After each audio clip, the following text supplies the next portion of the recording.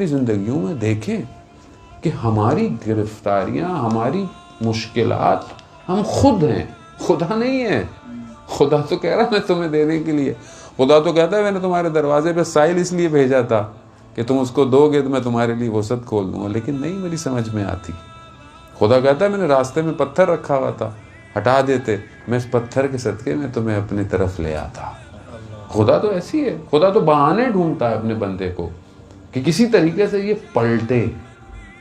مثال کے طور پر اگر سب کچھ آپ کی میری زندگی میں صحیح ہے تو مجھے گریہ نہیں آئے گا.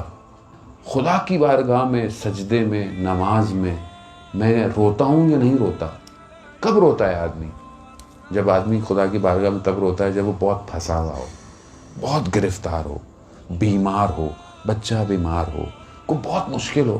خدا کی بارگاہ، پروردگار رحم کر، تو بہتر جانتا ہے. انسان گریے پہ آ جاتا ہے. لیکن اگر انسان کو مشکل ہی کوئی نہ ہو تو گریہ کرے گا؟ سجدے لمبے کرے گا؟ نہیں کرے گا. اس کا مطلب کیا ہے؟ اس کا مطلب یہ ہے کہ ہم لوگ کو جب عطا ہو جاتا ہے تو ہم اس کی شکر کے سجدے کم کرتے ہیں، لیکن جب ہم سے چھن جاتا ہے تو مانگنے کے لیے سجدے بڑھا دیتے ہیں. تو خدا کہتا ہے چلو یہ میرا بندہ ایسے ہی صحیح، کھینچ ہی لو اس سے کچھ، کم از کم سجدے تو کرے گا مجھے.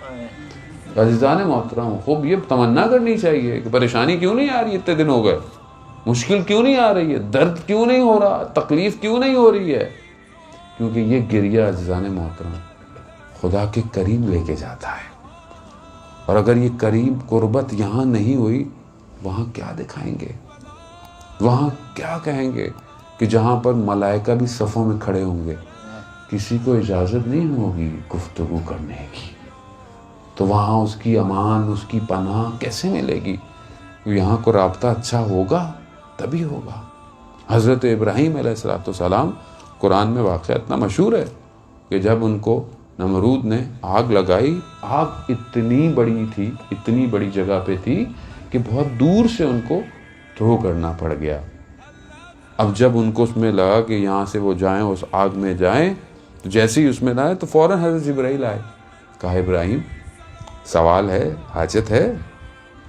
حضرت ابراہیم نے بولا ہاں ہے، مگر تم سے نہیں ہے، اس سے ہے جو میرے دلوں کے حال سے واقف ہے، اس سے ہے. یہ ہوا جب پھینکا تو قرآن کہتا ہے کیا کہا؟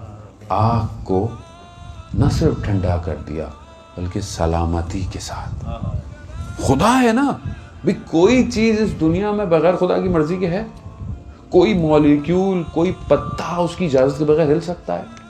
کوئی پتھر، کوئی چیز، کوئی بارش، کوئی آسمان، کوئی چیز اس کی اجازت نہیں ہے.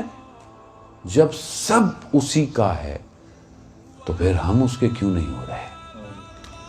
سب اسی کا ہے، سب اس کا ہے. وہ خود کہتا ہے کہ میں نہ زمین میں سما سکتا ہوں نہ میں آسمانوں میں سما سکتا ہوں.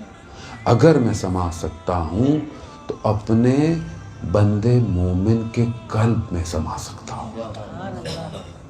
وہ اس قلب کو ایسا کرے کہ وہ سمائے اس کے اندر. عزیزان محترم،